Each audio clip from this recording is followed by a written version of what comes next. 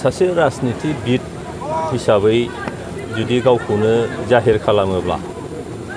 राजनिति दैदेनगिरि राजनितिजों सोमोन्दो थानाय आरो बे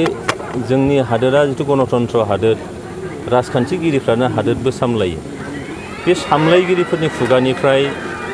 मिनिथावा बोराबथावा मोनसे बाथ्राफोर ओंखारनाया जोबोद मोनसे साननो गोनां मानोना बे जाहैबाय संबिधाननि बाथ्रा मोनफ्रोमबो 25 बोसोरनि उन मोनसे डिलिमिटेशन जायो आरो बे डिलिमिटेशननि बाहागो हिसाबैनो दा आसामाव आसाम बिधान सभानि जि सिमाफोर बेखौ डिलिमिटेशन खालामदों आरो बे संबिधाननि नियमनि बादगा नङा दा जाय हाग्रामा बिथाङा दिनै सासे बिटिसि सामलायबोबाय 15 बोसोर बिथाङा दिनै मोनसे बिपिएफ राजनितिक दोलो जायहा माने रेजिस्टार्ड रिजनेल पार्टी दा होमबा संबिधानखौ संबिजिरखौ कनस्टिटिउसनखौ बिथाङा बेसेबां मानियो बेयाव मोनसे कुइसन फैयो आरो मेच्युरिटिनि बेसेबां माने बाथ्राबो बेयाव फैदों आरोखि मेच्युरिटिनि दा मेच्युरिटि जुदि नंगौमोनब्ला बे बाथ्राफोरखौ निस्सय बुङामोन बेयाव सोरबा इउपिपिएलनि बाथ्रा नङा आरो दुलाराय बर' फरायसा आफादा जाहैबाय बेयो फरायसा आफाद आरो बेयाव सोरखौबा दाय होनायनिख्रुइ संबिधाना नोंखौ मा बुंदों बेखौ बिजिरनानै नायनाया दरखार दङ आरो दिनै बे ड्राफ्टआव मोनसे गासैबो जिनिसखौ नोंथांमोना नाय जे माबा मोनसे आयेन दायोब्लाबो बिनि ड्राफ्ट दिहुनग्रोदो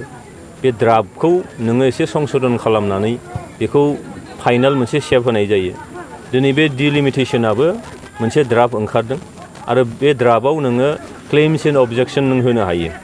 सोर राजखान्थि दोलोआ माबायदि लुबैदों माबायदि जाजानायखौ लुबैदों बे बयनिबो थाखाय मोनसे स्कप दङ दा बे स्कपखौ नोङो नागारनानै सोरनिबा दाय जाबसिननाया आरोबाव जि ड्राफ्ट दङ बे ड्राफ्टआव बिथांमोनहाबो जिथु एसेम्ब्लियाव 3 मानि एमएलए दङ नङा होमबा 3 मानि एमएलएआ मा खालामनानै दङ बिथांमोना खारन बे ड्राफ्टखौ बानायनायाव गासैबो दोलोनि नोङो एमएलएफोरजों राजखान्थि हान्जाफोरजों निस्सय सावरायलायनाय जादों इउपिपिएलजोंबो सावरायदों निस्सय गुबुनजोंबो सावरायदों बिथांमोनजोंबो सावरायदों दा होमबा बिनिफ्राय नुनो हायो जे रायजो राजाफोरजों मोनसे दाय होजानायनिफ्राय नोङो बृथा मोनसे नाजादों जे बे दायनिफ्राय जाहाथे बारग'यो खिन्थु रायजो राजाफ्रा गावखौबो नोजोर होन जायफ्रा नोङो गणतन्त्रखौ फोथायो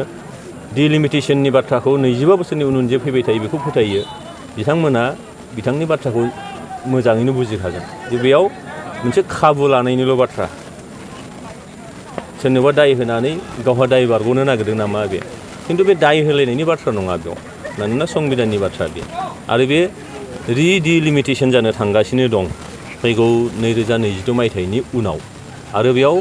आसामाव खमैबो 50थासो सिट जानो हागौ माने 150टा दा आथिखालाव दङ 126 बे बारायनानै हयथ' 150टा सिटबो जानो हागौ समस्तिबो जानो हागौ भारतआव जों खोनादों दा 545 दङ बे बारायनानै 888टा एमपि सिट जागोन दा होमबा बे प्रक्रियाया संबिधाननिनो मोनसे प्रक्रिया आरो सम बारग'नाय लोगो लोगो सुबुं सानखोआ बारायोब्ला बेखौ नोङो एसे दाफामफिननाय जायो दा बेखायनो आङो सोंखारिदों जे जाय हाग्रामा बिथाङा सोरनिबा दाय होननानै जाबसिननो नागिरदों बे दायनिफ्राय सोरखौबा दाय फोनांनाय बे दायनिफ्राय सोरबाया माने रायजो राजानिफ्राय नोङो गावखौनो दाय गैयै खालामनो नागिरनाय समा बे नङा खिन्थु समा जाहैबाय जे जोंनि फैबाय थानाय इयुन जोलैखौ बोरैहाय नोङो मोजां मोनसे खुंथायनि गेजेरजों मोजां मोनसे सामलायनायनि गेजेरजों बोरैहाय जोंनि जौगानायखौ लाबोनो हायो बिनि थाखायबोल' बे मोनसे प्रक्रिया बियो दा बेयाव बिथांमोना माबा दङबा बिनि क्लेम्स एन्ड अबजेक्शनखौ होनो हागोन बे चान्सआ बयनिबो थाखाय दङ आरो बिनि थाखाय खामानि मावनांगौ बेयाव सोरखौबा दाय जाबसिननायनि बाथ्रा नङा बे